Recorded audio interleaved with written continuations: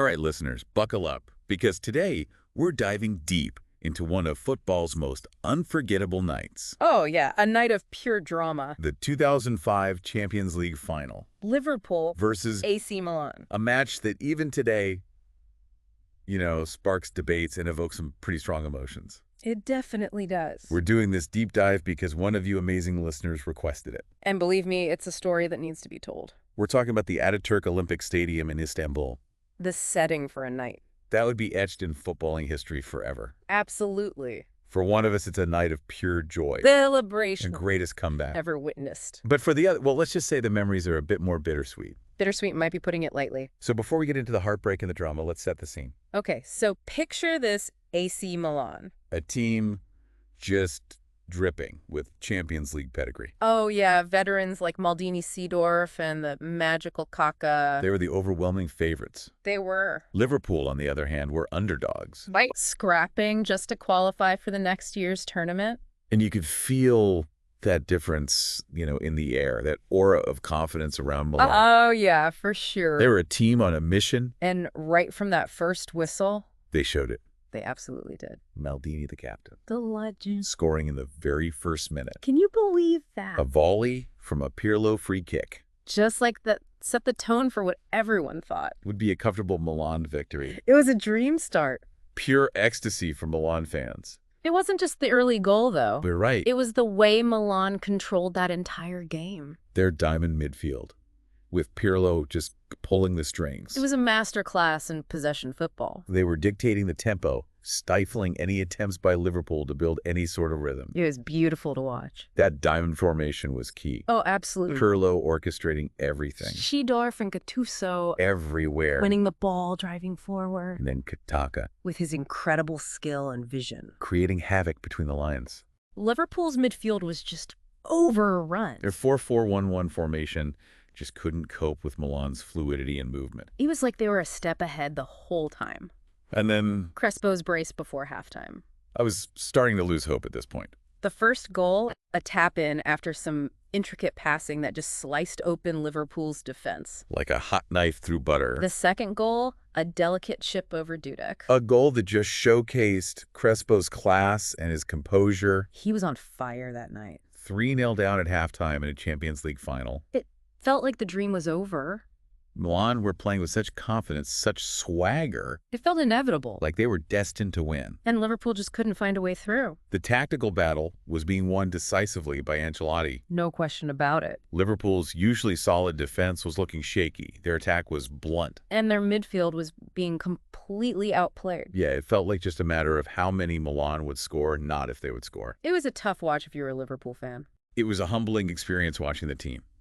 I loved being dismantled by just a superior opponent. Little did we know. The game was far from over. The second half, That's where the real drama unfolds. the Miracle of Istanbul. It was about to begin.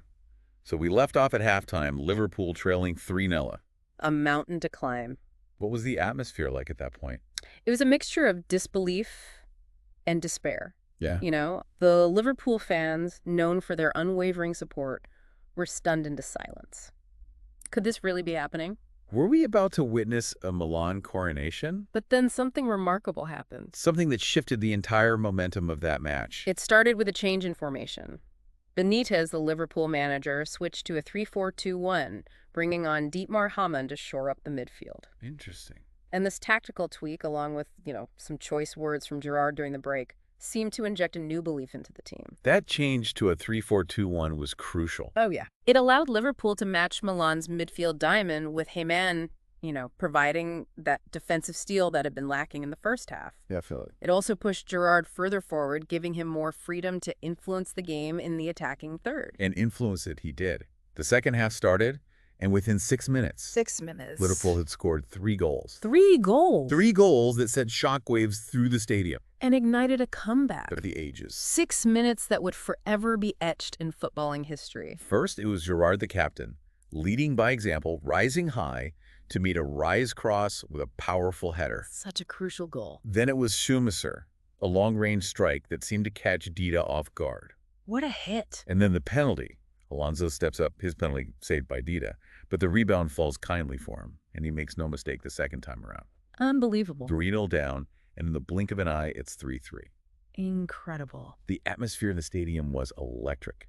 The Liverpool fans who had been silenced in the first half were now roaring their team on. You could sense the belief growing with every passing minute. And on the Milan side, the shock was palpable. They had been cruising, dominating the game, and suddenly the trophy was slipping away from their grasp. It was like someone had just flipped a switch. Liverpool were now playing with the confidence and swagger that Milan had shown in the first half. They were winning every second ball, pressing high, creating chances at will. The psychological impact of that 6-minute blitz cannot be overstated.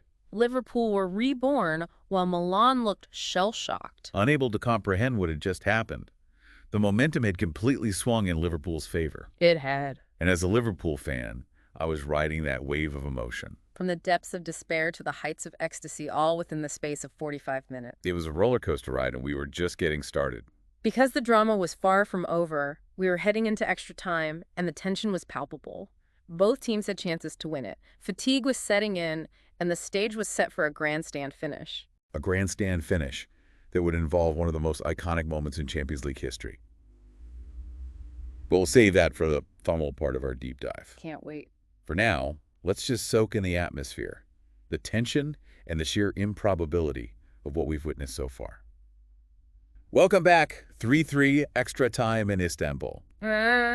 And the tension, oh my goodness, you could cut it with a knife. It really felt like the whole world was holding its breath. Just waiting to see who would land that knockout blow. It was fascinating watching the tactical battle unfold. Ancelotti and Benitez, both managers making adjustments. Trying to, gain any little edge. In this grueling emotional roller coaster of a match. The fatigue was obvious. Oh yeah, but the desire to win? Yeah. You could just see it in the eyes of every player on that pitch. They left it all out there. You could really see the toll that comeback had taken on Liverpool. It was a Herculean effort. But their spirit, man, it remained unbroken. And then Came one of those moments that you just can't script. Shevchenko one-on-one with Dudek. A chance to win it for Milan. What I remember most about that moment is how quickly it shifted from anticipation. To disbelief. Like you could practically see the headlines being written, Shevchenko the hero rescues Milan. But Dudek had other ideas. That double save. A reflex stop followed by just a desperate lunge to tip the rebound over the bar. It was breathtaking.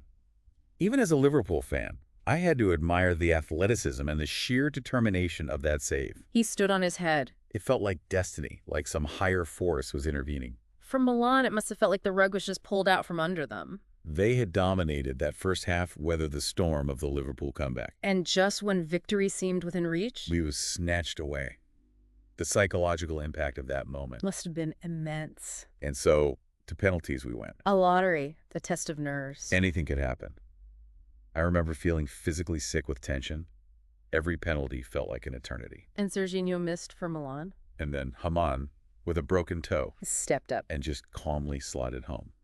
Liverpool's first. Ice in his veins. The pressure was immense. Yeah. You could see it etched on the faces of both sets of players. What's often overlooked in these discussions about penalty shootouts is the mental game. Yeah, the mind games. It's a battle of wills, a test of composure and concentration. And Dudek deserves immense credit. Absolutely. His wobbly legs routine, inspired by Bruce Grobbelaar in the '84 European Cup final, it seemed to get into the heads of those Milan players. It definitely did, and then it came down to Shevchenko again. The weight of expectation, the memory of that missed chance in extra time, it all must have been swirling in his mind as he stepped up to take that decisive penalty. And Dudek guessed right, diving to his left to palm away Shevchenko's shot. Liverpool had done it. Against all odds, they were champions of Europe. The scenes of jubilation were unbelievable. Grown men crying, hugging strangers. A sea of red engulfing the stadium. It was a night of pure, unadulterated joy. A moment that would forever be etched in the hearts of every Liverpool fan. On the other side, for Milan and their supporters, it was a night of utter devastation. To come so close, to have victory within their grasp, and then see it slip away. Heartbreaking. The images of those Milan players slumped on the pitch.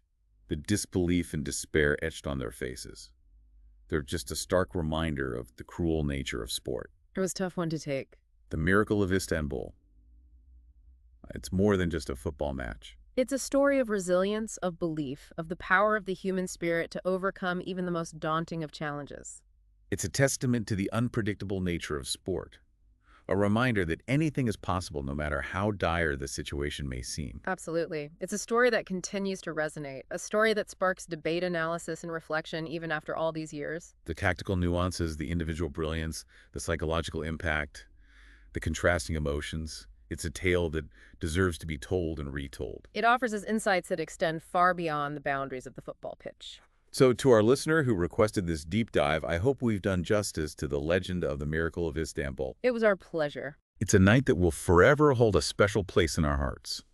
A night that reminds us why we love this beautiful game. And with that, we come to the end of our deep dive.